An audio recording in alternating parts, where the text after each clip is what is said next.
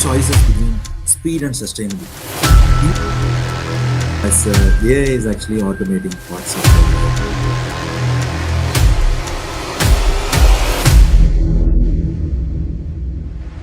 resilient talent. Way I think about it, the GCC should operate with a product By mindset. Satish Ananthanarayan, Think the this is lead. a company where why would you link things away? If you ask me, the way So thanks a lot, Satish, for joining our Unity Circle podcast series, and very good evening. good evening to you as well, Santan. Thank you. To So this is actually ours is this is actually a second podcast, but in terms of culture conversation, this is the first of its kind, and we are very glad, and it's a pleasure to host you in this series, and thanks for accepting this, especially for culture conversation for Unity Circle. Our focus will be mainly into your experiences in terms of GCC building and setting up from your side, and also the culture conversations around the culture conversations. That's the objective of this conversation. So let me begin with a little bit introduction about Satish. There's for a lot of industry folks, Satish is not a new person. He's very well known in the space, GCC space. But I would give a little bit introduction. And in fact, that's not going to be the end. I'm also going to ask you for a little bit introduction and the career journey from you. So let's begin this. So our guest today is Satish Ananthanarayanan, a leader who has lived the GCC journey end to end, not from theory, from the ground up. Satish has spent years building, scaling global capability and support centers across geographies, starting from early application support teams, establishing corporate capability centers across finance, sales, supply, manufacturing, integration, and data, large scale vendor harmonization, managing complex integrations, eventually helping set up full scale GCCs. What makes Satish journey unique is there are many things actually, but just to specifically say something, is his long-term view on talent and culture. He has experimented deeply with the hiring early career talent strategies, talent straight from the campuses, investing in their growth, and watching many of them evolve into senior leaders, proving that GCCs can be true capability and leadership engines, not just delivery centers. Along with the way, he has navigated real challenges, basically like HQ to GCC trust gaps, scaling pressure, talent retention, and the tough choices between speed and sustainability, including strong views on bot models versus long term ownership. Today's conversation is not about one company or one model. It's about what it really takes to build high performance GCCs, high belonging GCCs with strong culture, resilient talent, and thoughtful leadership, especially as AI reshapes the future of work as on date. We are excited to unpack that journey with Satish Ananthanarayanan, honestly, practically, and with lessons every GCC and business leader can take away. Thank you, Satish, for joining us. So to begin with, as I said, as I actually introduced from our side, I would also would like to get your words about your career journey for the audience in your own words. Firstly, thanks, Santanam, for inviting me to share some of my experiences. I know this has been a very long overdue conversation because I remember us speaking about this maybe a year ago. But again, this is definitely an important topic that we need to discuss about. So, about myself, I started off my career as a mainframe COBOL Kicks developer and self-taught myself some of the data warehousing basics, and then slowly moved into managing Oracle SQL databases and their insights for factories globally. and then moved on to manage large scale outsourcing for one of the CPG majors, and then moved across the table to start my CPG journey, where I've been a part of market IT, I've been a part of corporate capability centers, mergers and acquisitions work, which is when I met you during one of the morning cycling routines. And of course, as you had introduced, support the setup of the internal support ecosystem and global centers. Now I'm based in Barcelona, where I'm responsible for data analytics products across a lot of the business functions, starting from operations, R&I, quality food safety, sustainability, and procurement.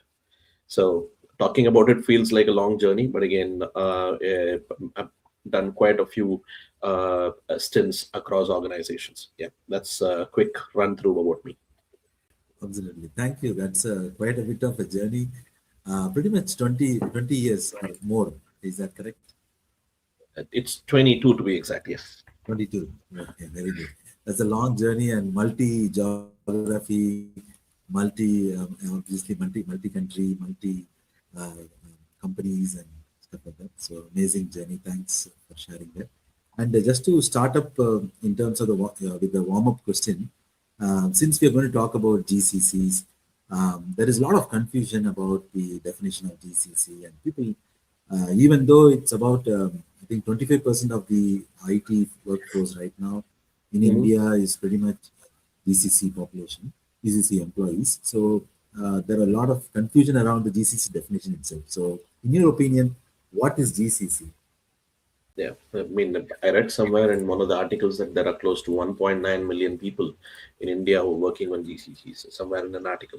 But again, I'm sure that there are confusions in regards to some of the terms that gets used.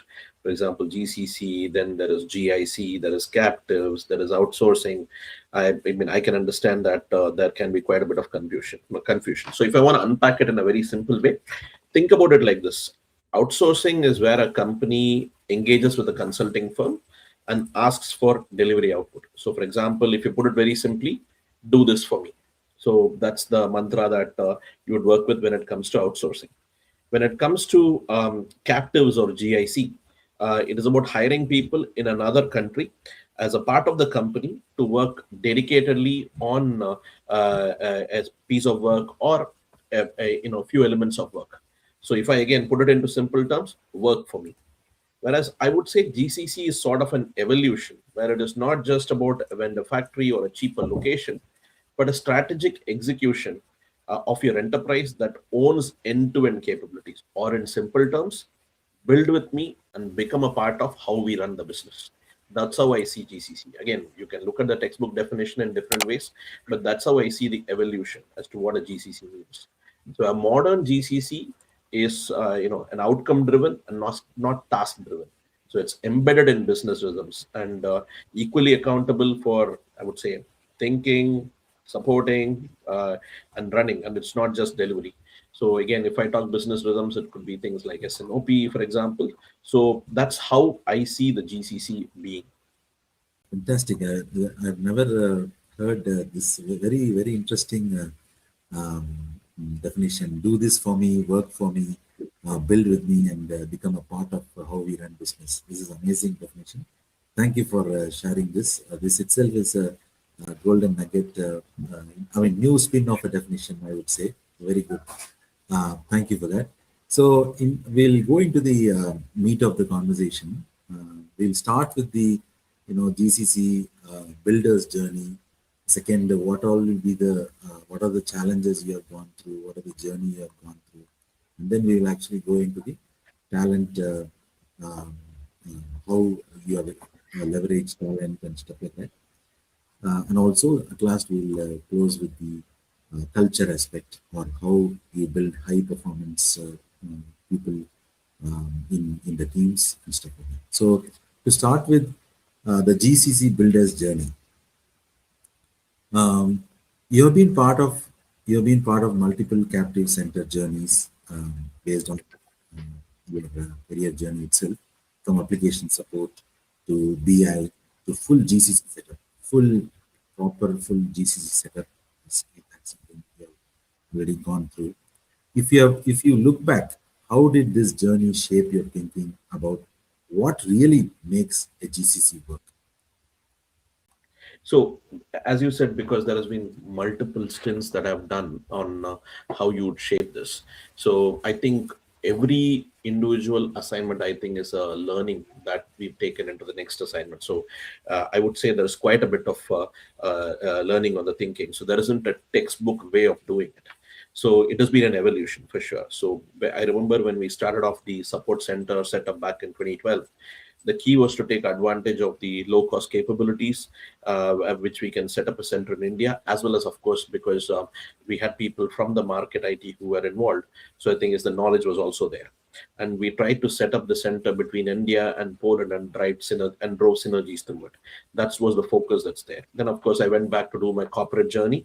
And when the idea of setting up a capability center was discussed, there was a wealth of learning that we had from what we did 6 years ago, and I was able to bring that to the table. And again, of course, I was a part of the core team, so it was not just me. So as a core team, we evolved and learned from those mistakes, or did not do the same mistakes again, because it's important. And this includes even how we engage with our partners. So again, the way I would say it is, if at all at some point of time, if it's being asked, can we set up something new, I would say that again, learn based on what you've seen. What are the things you would not do? So again, everything is a learning in my view. So definitely a lot of evolution that's there. I think it's a lot of brick by brick you have built with your Literally. experience. And then at last, one success which you shared is also about full GCC setup, which you have gone through. You have done it, tested it, right? That's something really interesting to know. And GCCs are actually set up for a purpose, obviously, right? So, what problem were these GCCs actually trying to solve in the early days, right? How did that evolve over time beyond cost or efficiency? Obviously, cost arbitrage was the previous mantra, but now things have evolved as well. But yeah, you can say in your words what problem were these GCCs actually trying to solve in the early days, and then how it has evolved over time Yeah. beyond cost. So I would say that, I mean, going back a few years back to 2018, at that point of time, we already had an outsourcing partner who was sort of doing the support or keeping the lights on for the entire organization. So support was not a remit or something that we were looking to deal with. So support was not a topic of discussion at all. So it was majorly on transformation. But for sure, the key point was cost again, and also the some of the excellent capability that you have in India. For example, SAP, data integration, and so the thing is, and of course the business functional knowledge as well. So the thing is, we were able. The idea was to take advantage of all of that. But again, that is how we started. But one thing that we did learn in due course is we have to keep rethinking, because it is important to stay relevant.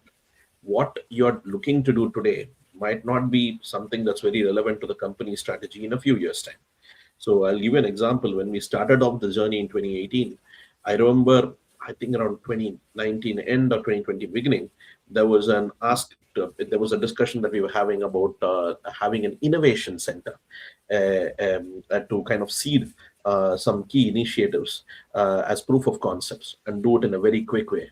And again, there we were able to play a role. So again, it's not about just doing the things that GCC has been set up for and sticking to it. You have to keep evolving, because it's important to stay relevant.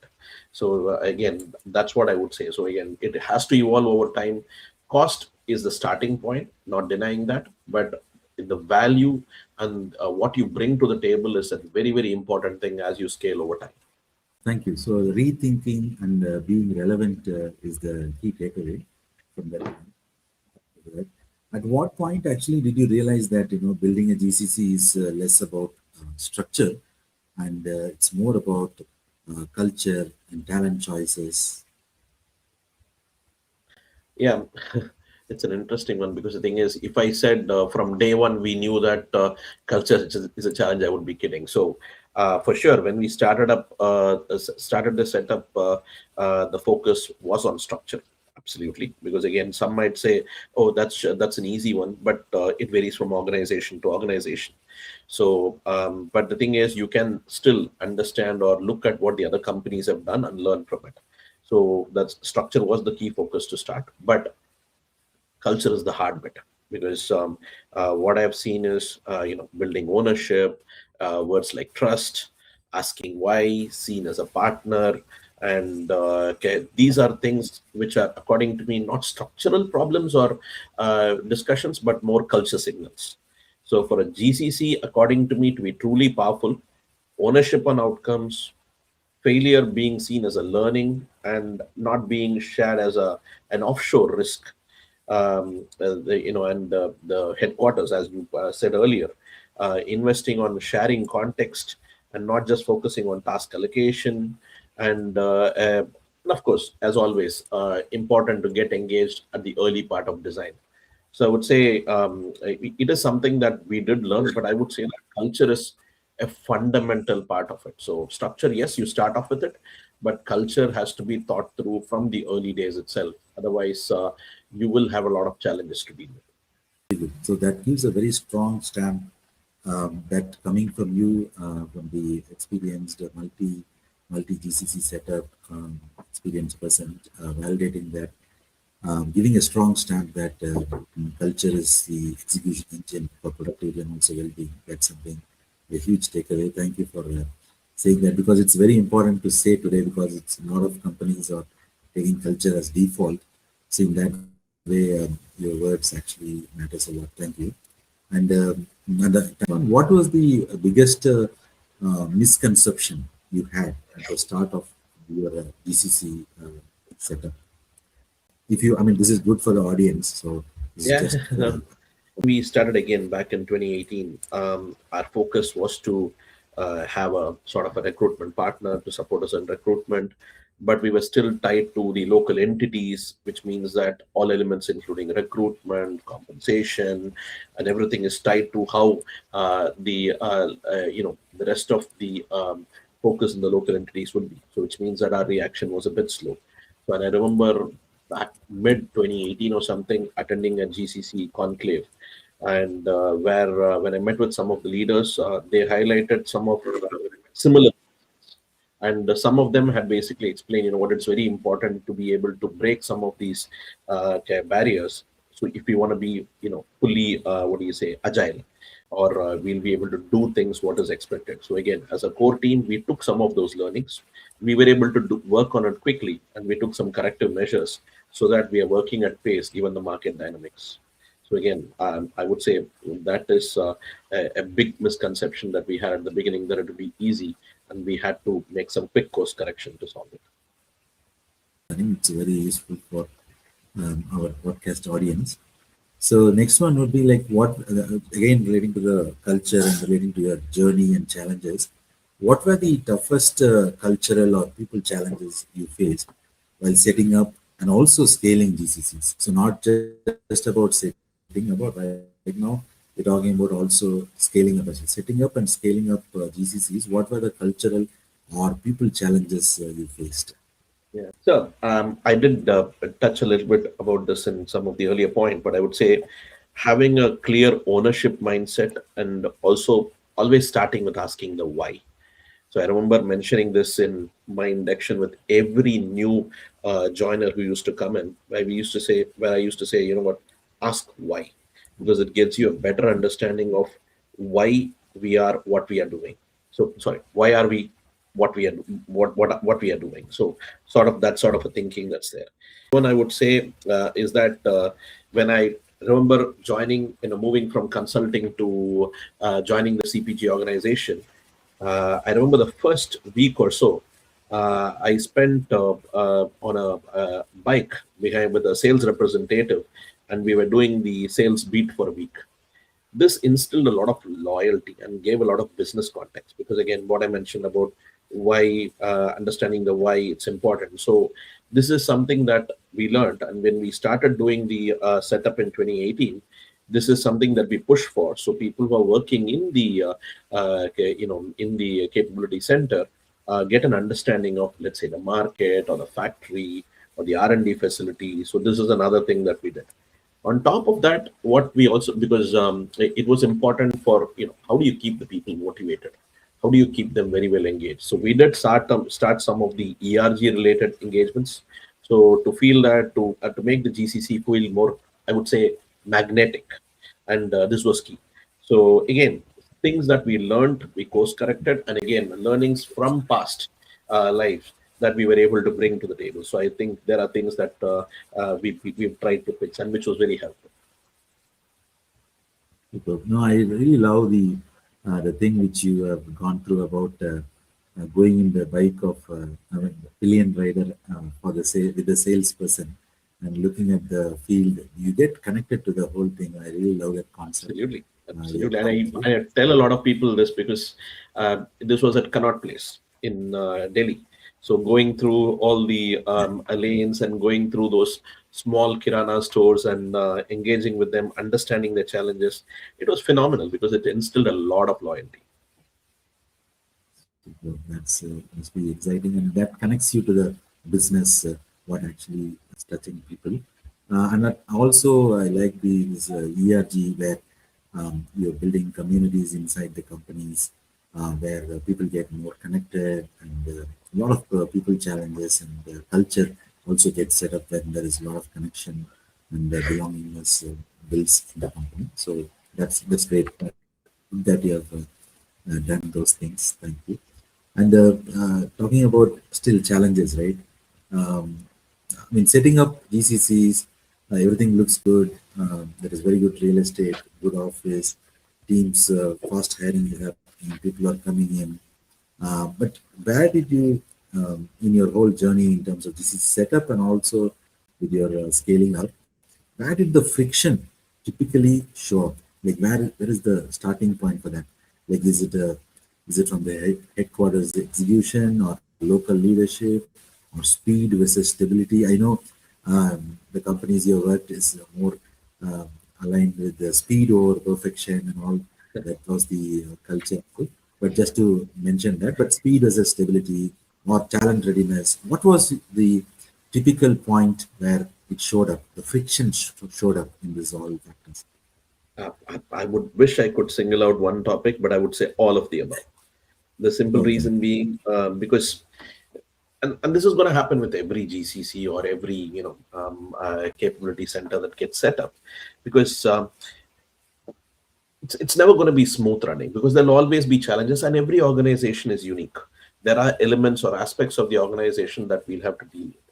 So there isn't a silver bullet answer where I would say this is one thing where we struggled. I would say we had issues in each of these. But what is important is how do you learn and evolve? That's what I would say is important, because if we need a capability center to be effective or strong, uh, having the mindset of being ready to adapt is a very key. Because if you're not adapting with the way in which things are changing, and you mentioned in your introduction about AI and all of that, it's absolutely important. If we just do what was basically asked, then over a period of time, it might look like it's basically giving the value, but after that, the value will always be questioned, and the relevance will also be questioned. So again, I would say the key thing is friction will show up, and that's bound to happen, but it's about understanding how do you work on it, and always having the mindset of being able to adapt is important. So again, there is no standard procedure to be exact. Those were really the problems, and you said all of it. But there is one more perspective regarding the challenges.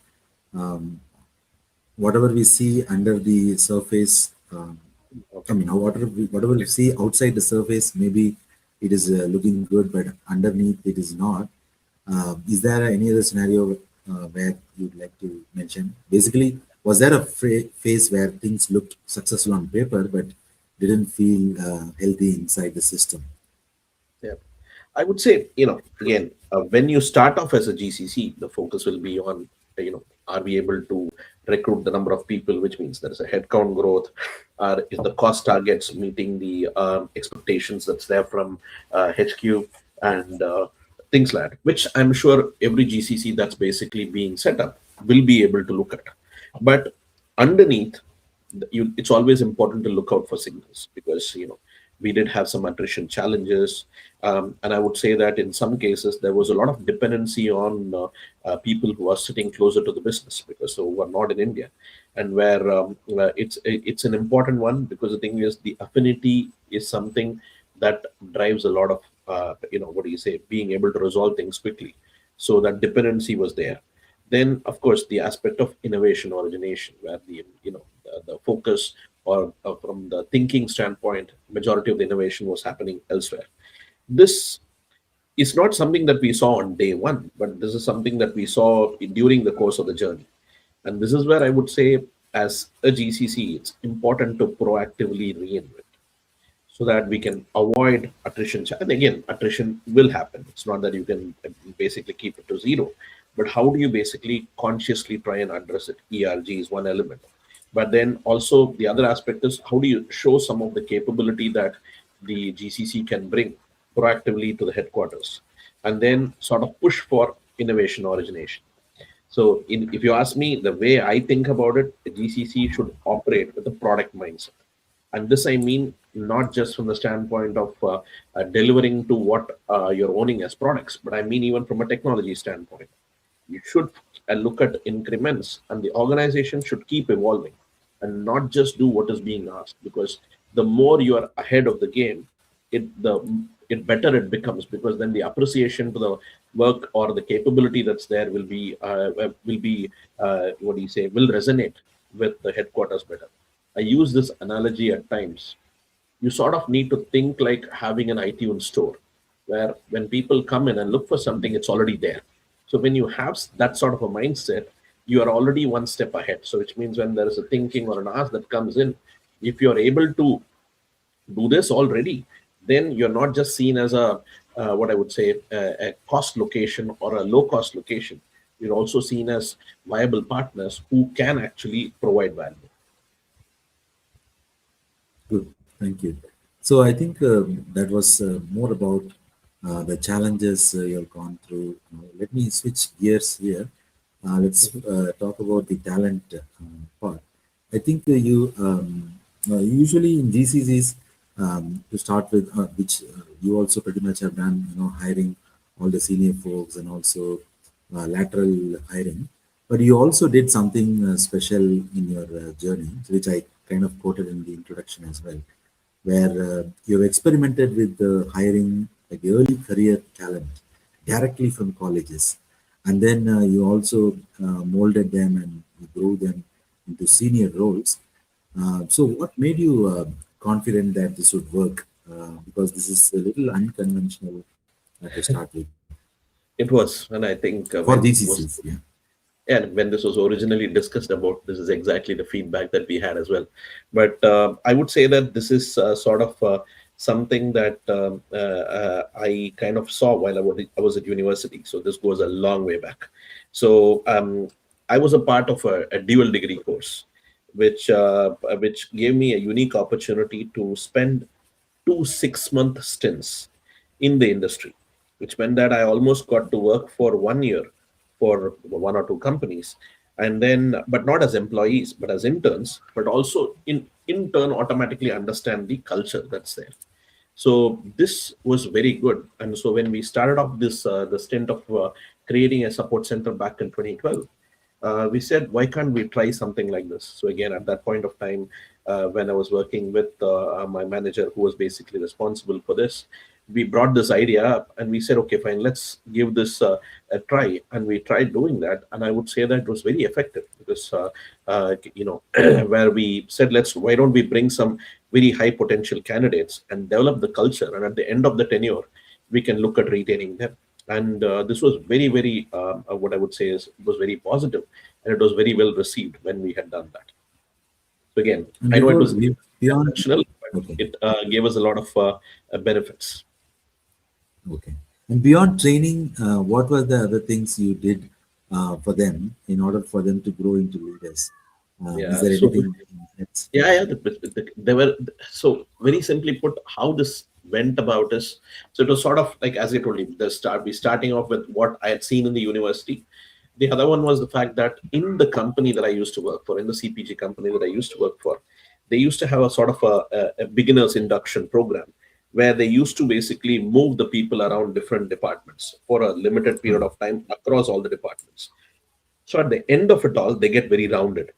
So that when you're basically getting into, let's say, marketing or sales and things like that, they pretty much understand what's happening. And they also used to spend time at IT, which was a very interesting notion to basically build, careers. So when we tried doing this for IT, what we did was we said, why don't we, within IT, across different departments or different teams, why don't we have this person move around?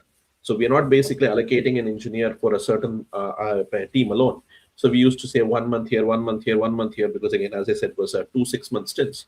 So we kind of tried doing that. So, and at the end of the tenure, when they are ready to move out of the university looking for companies, they pretty much understood the culture. So this kind of made them extremely rounded, and they also appreciated the fact that they understand the company that they're going into. It's not just that they've done an interview and have an offer. They basically been in the company, they understand it, they understand the people and everything. So this is a sort of what we invested in to kind of grow them into leaders. And I would say that over the last decade or so, we've had a few people whom I can name who basically moved into senior roles within the company. Very good. I think what you said is basically the secret is internal mobility for them to become well-rounded. I think that's the main takeaway, I would say. Yeah, Thank you for that. and we Mhm. actually did one more thing, and which was interesting, is that so when we recruited people in India, so for one of the stints, I remember, that we also had those folks move to the corporate office in HQ for a Oh, reasonable amount of time, which sort of made their embedding into the company. Where why would you invest in something like that on intern? So the thing is that was very beneficial. So again, that was something that we did.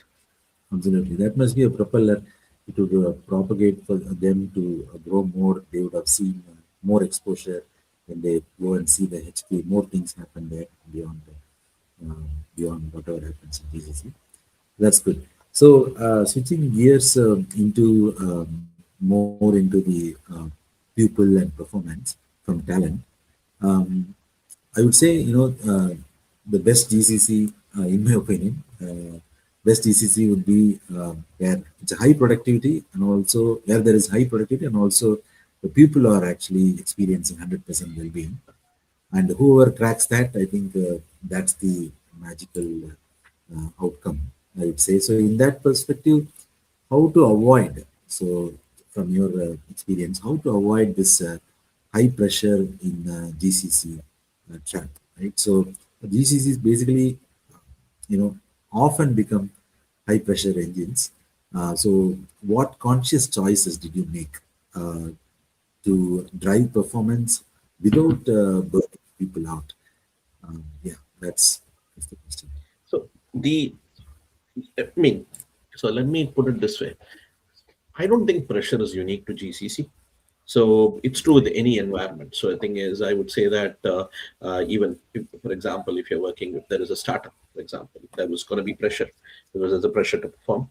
But I think with GCC, what comes to the table due to which it feels like there is pressure is the cost expectation, the speed expectation, and things like that. So which maybe is why it feels like there is a pressure environment.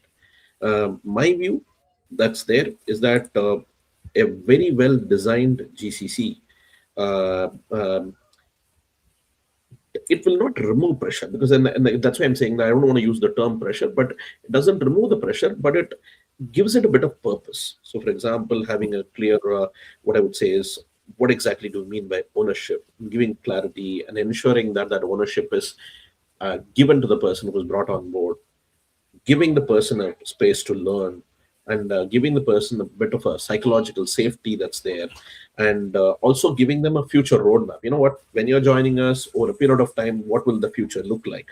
And this way you sort of convert the pressure into sort of a energy, I would say. So the thing is, it's very difficult to say you can remove the pressure, but how do you convert the pressure into something that's positive is what I think needs to be focused on. So pressure moving to energy is what I think we should be thinking about.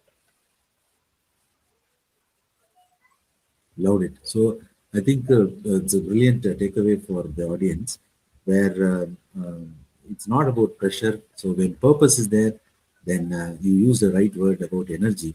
So when purpose is very clear in the minds of the employees, I think they'll be they'll have the energy, and they will not feel the pressure. There won't be a pressure. So it's amazing.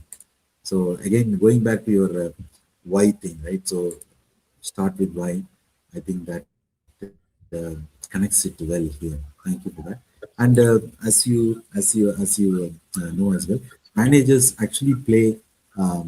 They are the actual ground people who execute things at a operational level and tactical level.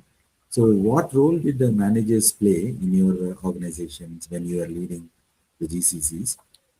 What role managers played in creating the psychological safety and ownership? Though I think you are communicating and narrating about ownership in the culture and psychological safety in the culture.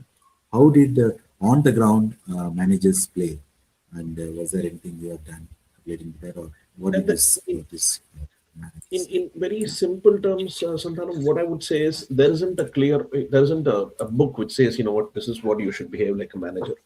What I would say is, when it comes to creating psychological safety and ownership, one is, of course, giving the person a clear understanding on what do we mean by ownership. And again, as I said, every company is unique. There will be challenges when it comes to taking ownership.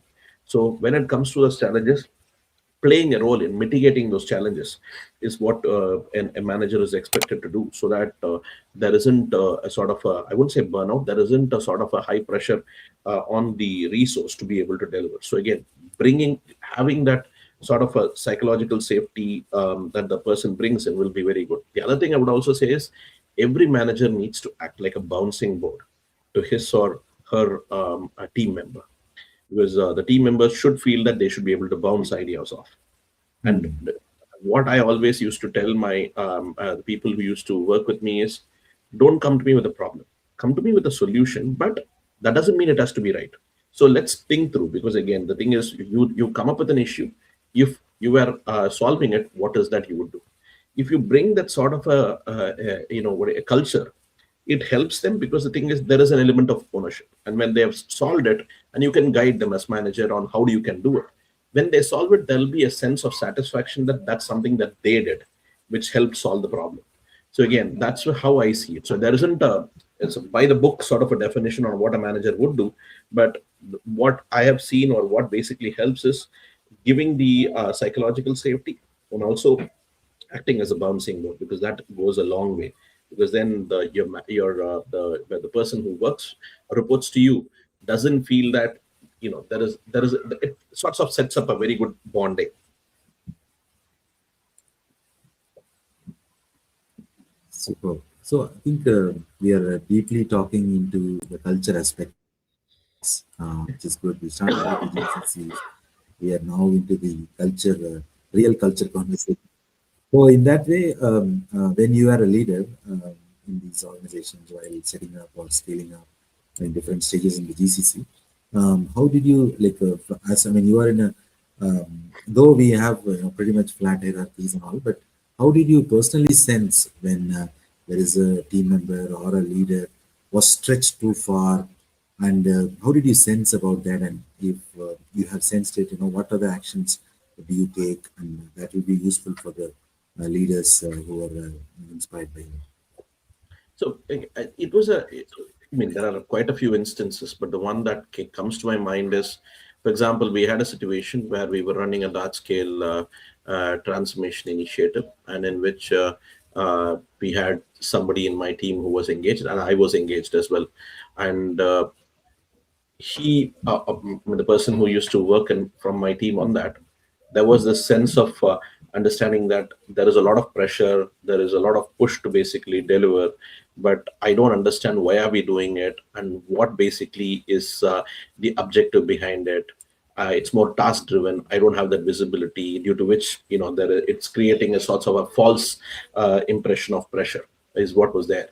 So what I did was sort of remove that layer on top, which means that I gave him a bit more empowerment to be able to do things on his own, and of course keep an oversight on it. But the thing is that he had the big picture understanding, and when that big picture understanding was given, automatically, as I said before, how do you convert pressure to energy? The fact that the feeling is stretched because you don't know why you're doing it. You're just doing it because you're being told, and due to which it feels like it is a lot to do. But when you understand the big picture, the way in which you can channelize it, because you are empowered to be able to execute things in your own way, because there is no necessity that you and your team member will execute the same thing in the same way. So when that sort of a empowerment was given, I could see that that basically helped the person to be able to deliver to it and not see this as something that's being stretched. So again, how do you convert the pressure to energy, as I was saying before? So this is another way that I had seen. So again, that's the first thing that comes to my mind when you said when people felt that they were stretched too far. Good, thank you. So that's kind of about the culture. We'll switch gears and then come back. So, talking about the GCC setup, right? So, obviously, there are multiple ways of setting it up, doing it in a fast-paced, speed, fashion, or building long-term capability. Different ways are there, obviously, from a strategic standpoint as a leader for you. But this is regarding the bot model, right? So many organizations actually default to the bot model for speed. What was your choice? And based on what choice, speed or long-term capability, whatever it is, what risks actually do you see that leaders often underestimate? But primarily, just explain about what is your approach, There isn't short-term speed or long-term. there isn't a very clear answer to this, Santanam, simply because every sort of different organizations have different ways of approaching it. There is a bot model, there is sort of a fully in-house model, there is sort of a hybrid model, there are different models that's there. So the thing is, what I would say is it depends on what is the end objective, because you were touching on this a bit earlier. What is the objective of this GCC when you're starting it off with? So again, it depends on what the objective is. So for a bot model to work, because the thing is, it's very low risk, right? Because you don't need to have a lot of capital investment, because you're expecting a sort of a partner to be able to do it. But again, what you lose in the process, or what you run a risk in the process, is basically the fact that that person might leave the vendor organization with a lot of knowledge that is there. That's one. Second could be the fact that because it's being Yeah. done by a partner organization, they don't understand the culture. So there are, of course, nuances that's there, and which is where what I believe is important is to kind of understand where it makes sense to basically give things to sort of the bot approach, or sort of what you should look at keeping internal. For example, when it comes to product ownership and things like that, because the thing is, the more you invest upfront in some of these internal capabilities, the better it will be for a capability center to flourish, because there isn't a single approach. And that's the reason my personal view that's there is that if we are looking at something like a bot, go hybrid, or that's there, because and again, it might feel that there will be some level of capital investment that will have to be done. But I think in the greater good, as we move ahead, it's important to ensure that some of those initial investments are done, so that a GCC flourishes as it is for the future. And the idea behind the GCC is not just a 1 or 2 year horizon; it's much beyond. Awesome. So you kind of answered a couple of more questions I had relating to this. One was about, where does bot models fail? So you kind of answered that. And also I had one more question about what is the actual sweet spot as a leader between this external setup speed and the internal ownership? That also you kind of touched upon. But yeah, you want to add anything? Yeah, you No, no, can. no. Again, as I said, so there isn't a clear-cut answer that this is what is right or that's what is right. It's depends on the organization, because it depends on what is the thinking that they're bringing in. But the way I see it, the right approach would be to keep the core a bit internal, so that the why is very clearly understood, as I've said before. and the other aspect is basically, bringing in the bot model for the areas where sort of the skills that you can in future, of course, that will also get internalized. But the thing is, the idea is you can start with the vendor, which means there isn't a lot of upfront investment that's needed. I think there is any every conversation doesn't end in these modern days without discussion about AI. So we are actually into that topic now. So as AI is actually automating parts of our work, and maybe in future it will completely take off as well. Like in majority of the repetitive tasks and agentic AI and different other aspects coming up. As AI is automating parts of our work, how do you see the role of GCC talent evolving? Obviously, it's an advantage, is what I mean, opportunity and advantage. You're shifting away from doing things more efficiently to reducing the manual interventions. I'm not saying get rid of the human in the loop, because that will have to be there. But how do you basically make it more manual steps, or the manual interventions? How do you reduce it? So those are the kind of things that this is going to bring about. So the thing is, which would mean that there is always the focus of defining your roadmaps, continuous evolution. How do you reduce your planning cycles, for example, in SNOP?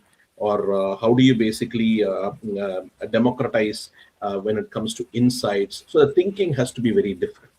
The thinking is not your run of the mill thinking that's there about focus on volume and drive costs down.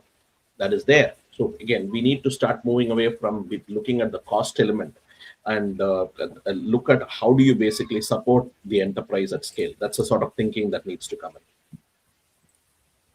And the extension of that, what are the not only in GCC but in general in any workforce in the next generation of GCCs, right? Like what are the human capabilities will matter more? Um, yeah. Yeah. So, Sorry, repeat the like, question again.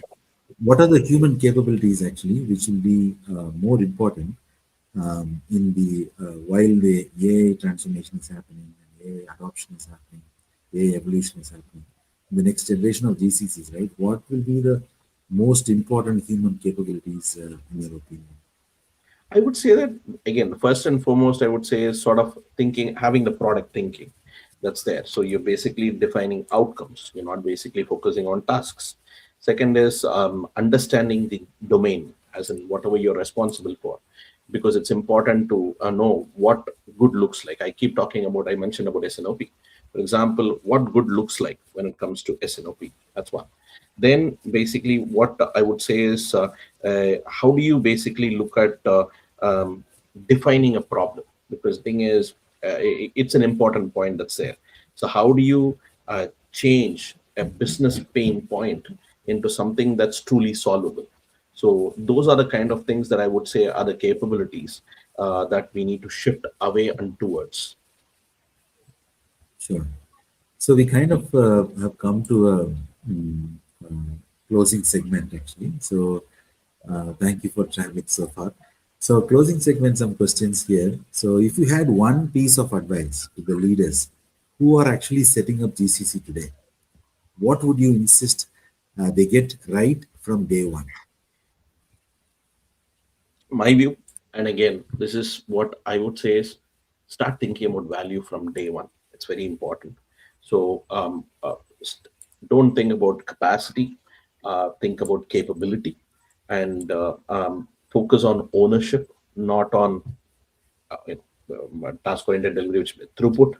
And what I would say is overinvest in sort of these, I mentioned about a few things around business understanding and the why and everything. I think the focus on business immersion becomes important. So you need to give context to your people, and I think as a GCC lead, that's an important one as well that we need to go after.